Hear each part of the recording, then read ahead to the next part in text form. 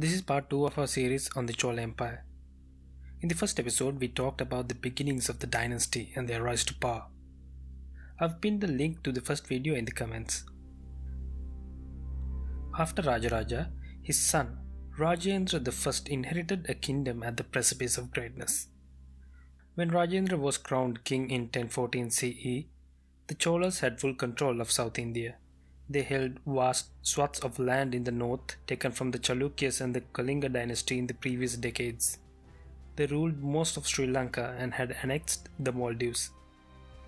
There's no segue today, so let's just roll the intro.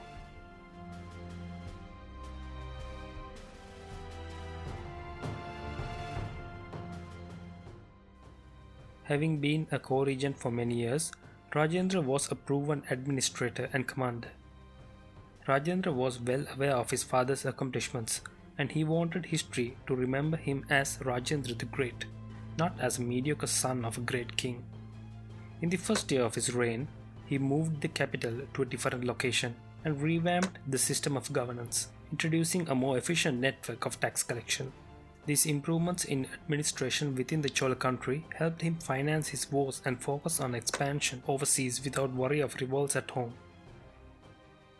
He expanded the navy his father had created for the Maldives expedition. This navy would spearhead the Chola expansion in later years, and is the reason why Cholas are remembered as a naval superpower to this day. In 1017 CE, just 3 years after his coronation, Rajendra led a military expedition to the south of Sri Lanka to re-establish control of the entire island.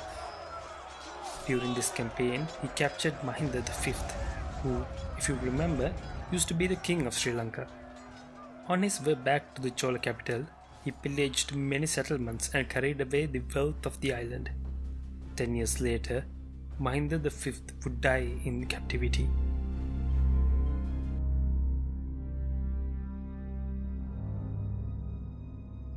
In 1019, Rajendra answered a call for help from his nephew, Rajaraja Narendra of the Eastern Chalukya kingdom.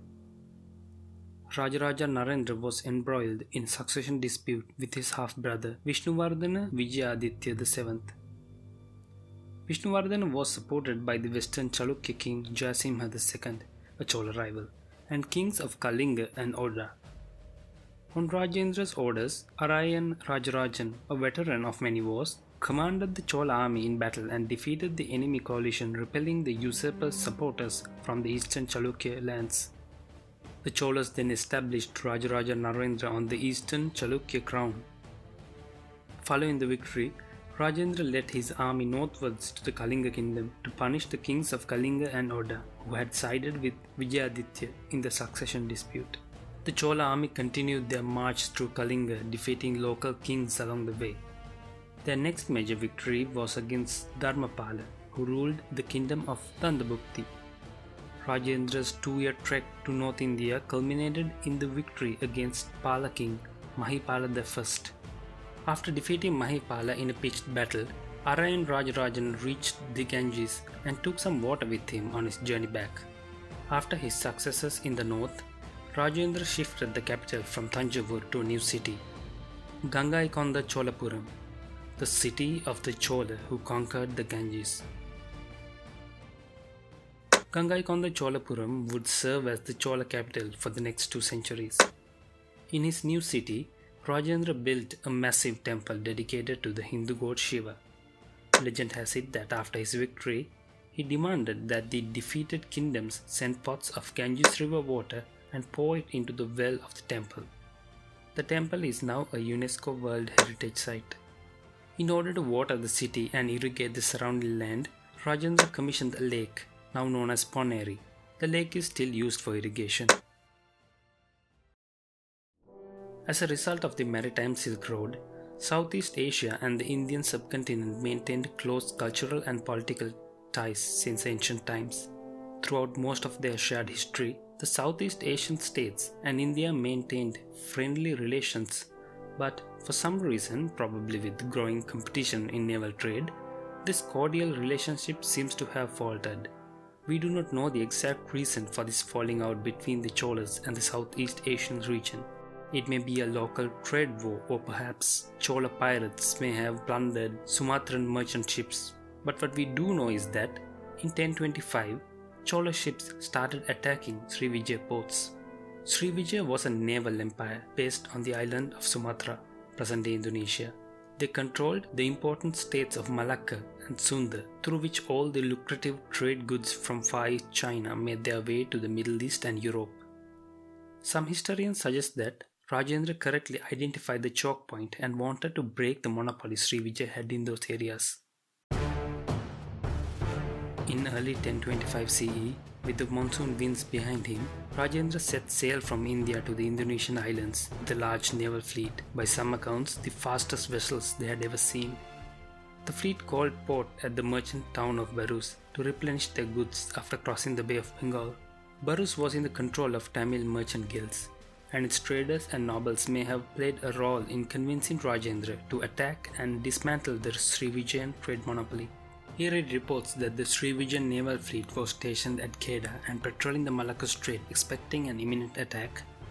Rajendra took his ships and sailed along the west Sumatran coast to Sunda Strait instead. In a swift, unexpected attack, the Cholas pillaged and plundered the Srivijayan capital Palembang. After plundering the royal palace of Palembang, the Cholas launched successive attacks on other Srivijayan ports including Malayu, Tumasik, Panay and Kedah. Interestingly, the Cholas never ventured inland to establish control of the country. They simply looted the port cities one after another in quick succession.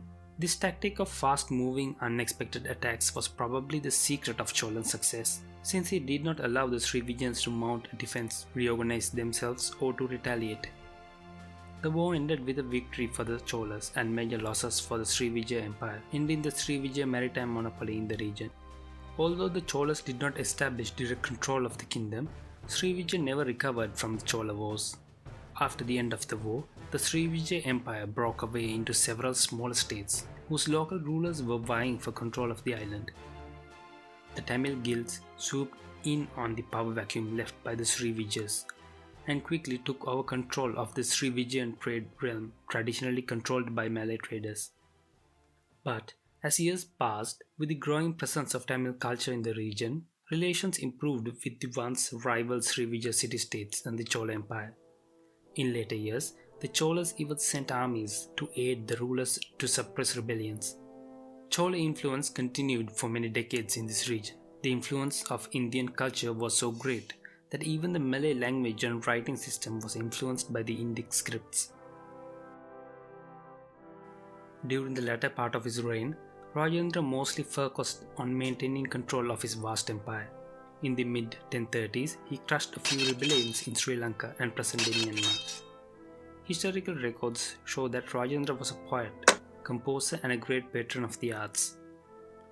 In the closing years of Rajendra's reign, war broke out once more with the Western Chalukyas and the subordinate state of Vengi. The king was too old to take the field himself. His son Rajadiraja was away on a mission in the south. The king therefore entrusted a veteran general with the Chola army to go to Vengi's relief. The Chola army engaged the enemy at Kalidindi but failed to win a decisive victory. While the war dragged on in the north, Rajendra I died and was succeeded by his son Rajadiraja I. He had ruled for 30 years. 30 eventful years that took the Cholas to the pinnacle of greatness.